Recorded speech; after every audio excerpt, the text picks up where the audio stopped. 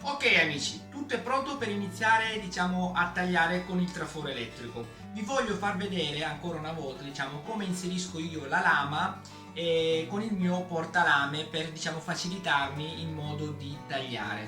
Ok, questa qui è la creazione Alessandro, come vedete è già pronta con tutti i forellini. Quindi io vorrò partire dalla parte qui centrale dove c'è questo forellino qua.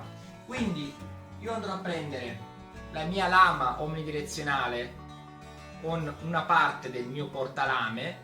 Ricordatevi sempre che i denti della lama omnidirezionale devono sempre guardare in basso, quindi andrò ad inserire la lama nel forellino posteriore dell'asse di legno.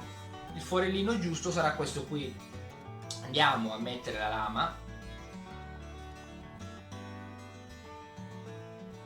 Ok, come vedete adesso viene fuori dalla parte della A. Andremo a tirarla.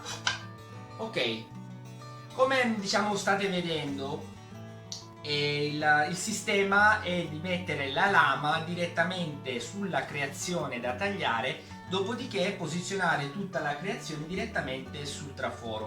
Io l'ho già detto altre volte che per le mie creazioni, che non dico sempre, comunque tante volte mi capita di fare delle creazioni molto grandi, quindi preferisco lavorare appunto così, con la lama da mettere sulla creazione fuori dal traforo. Preferisco, anziché avere già la lama sul traforo e quindi centrare il forellino.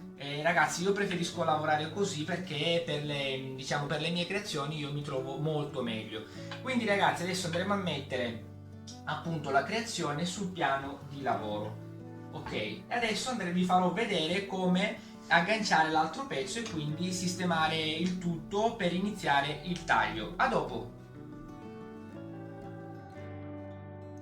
Ok amici, come vedete adesso la creazione è poggiata sul piano di lavoro e vedete qui che faccio su e giù, che è la lama che passa all'interno del forellino che vi dicevo prima della A. Adesso andremo ad inserirla nello spacco del portalame, tiriamo su la lama e la parte inferiore, come vedete, è già ben fissata. E adesso vi faccio vedere dalla parte superiore come bloccarla.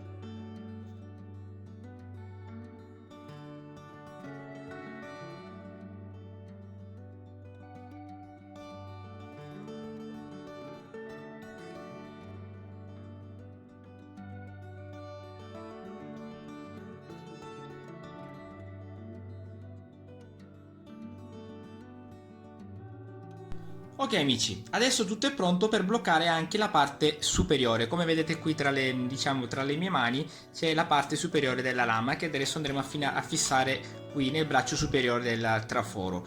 Ok, questa qui è la parte superiore del portalame. Quello che mi occorrerà sarà una chiave esagonale del 2,5 per andare appunto a muovere i grani del portalame, più una chiave combinata dell'8 che appunto per tenere fermo il dado di collegamento dove c'è il foro. Quindi adesso andremo a centrare il foro con la lama. Andiamo.